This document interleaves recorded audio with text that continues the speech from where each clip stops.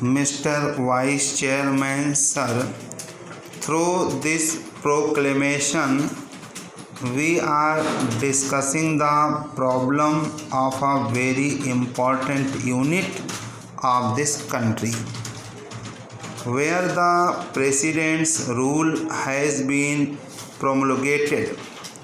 While supporting the resolution, I want to make some observations not only on Mizoram but on the entire northeastern region, where the political situation continues to cause concern for this country.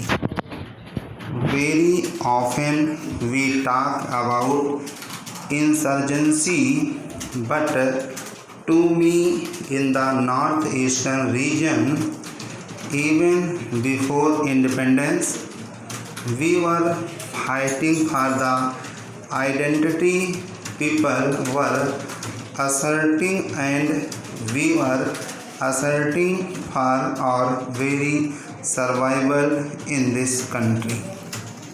By nature, tribals are very sensitive and they are very suspicious as far as their identity is concerned. In this wide Indian culture, naturally, the tribal people in the northeastern region have felt that unless they assert their identity, they would become totally submerged and they would become second-rate citizens in the country. That was the fear that they apprehended, and it grew over the years. Another movement, I do not call it insurgency, was a political movement in Nagaland by which they had adopted a policy of non-violence, peaceful approach to the solution of the problem. But when they were pushed to the wall, they had to take up arms, and they never called themselves Naga army, they called themselves safeguards. It was a part of the undivided Assam. Because of the police action, they had to defend themselves, and gradually it has developed into a political movement, and they had to take up arms to defend themselves, to protect themselves, to protect the village. In this way, this kind of political movement continued not only in Nagaland but also in other parts of the northeastern region. This was followed by Mizoram, then again Manipur, and today this melody has been spread to Assam also. So do not take it only from the point of view of insurgency.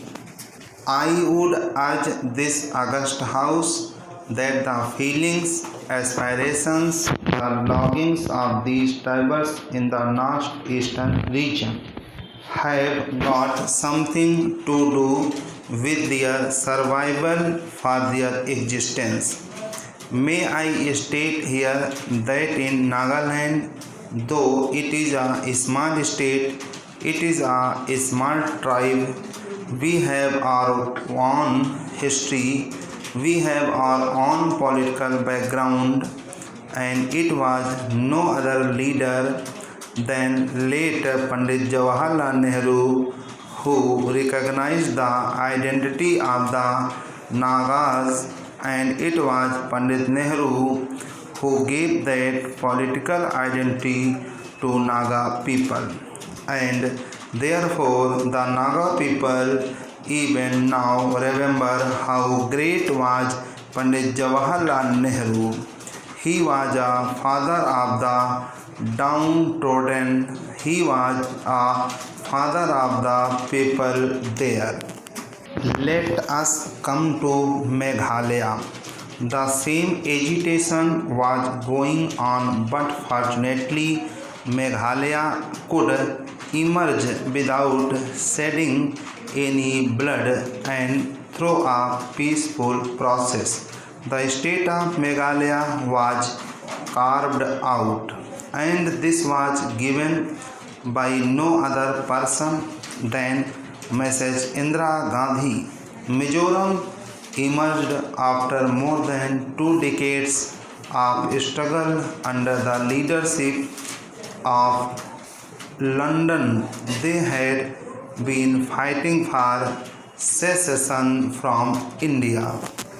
It was through the good offices of the government of India, the people of India, and also the political wisdom of Logenda that he came round to join the mainstream of national life.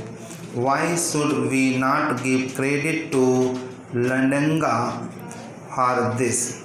He took the step that we should be a part and parcel of the Indian Union. Shall we not give him the credit? So I would request the honorable members not to utter any uncharitable words against Landenga just because there is president rule there.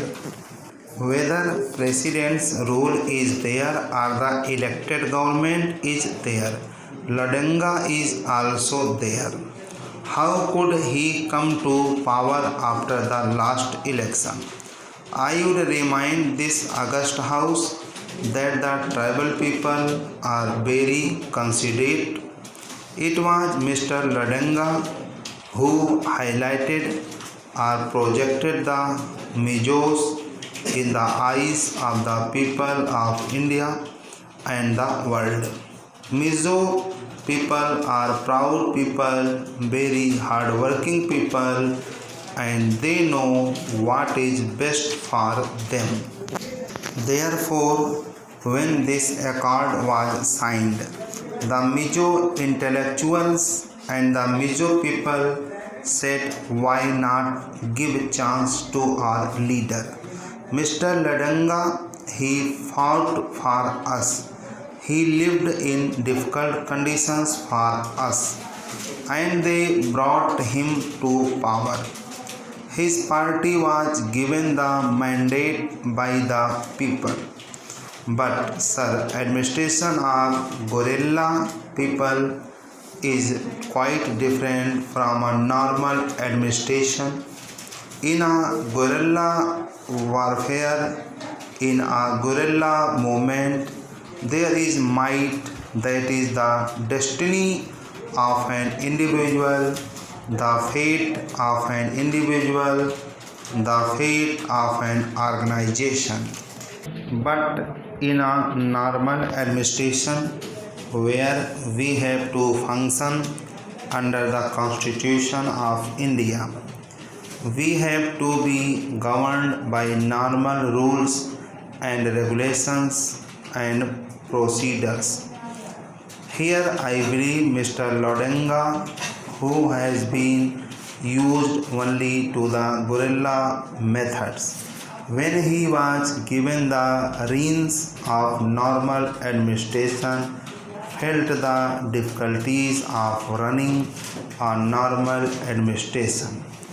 He could not satisfy not only his MLAs, his partymen, but also his followers, because one can promise heaven, one can promise the sun and the moon, but in actual implementation, one cannot satisfy the feelings, the aspirations, and the urges of all the people who follow him when he was leading a political movement.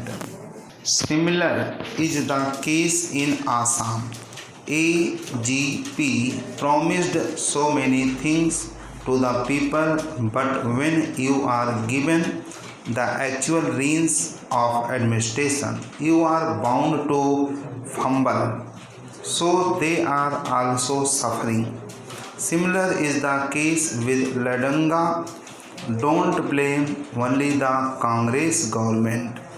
Defection was not by Congress people, it was among his own colleagues, among his own men. About this anti-defection law, I think the philosophy behind it is also full of defects and loopholes.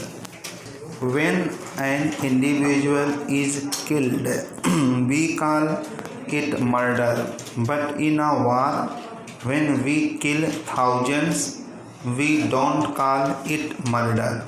Similar is the case with anti-defection law. Therefore, this House should do some rethinking on this anti-defection law.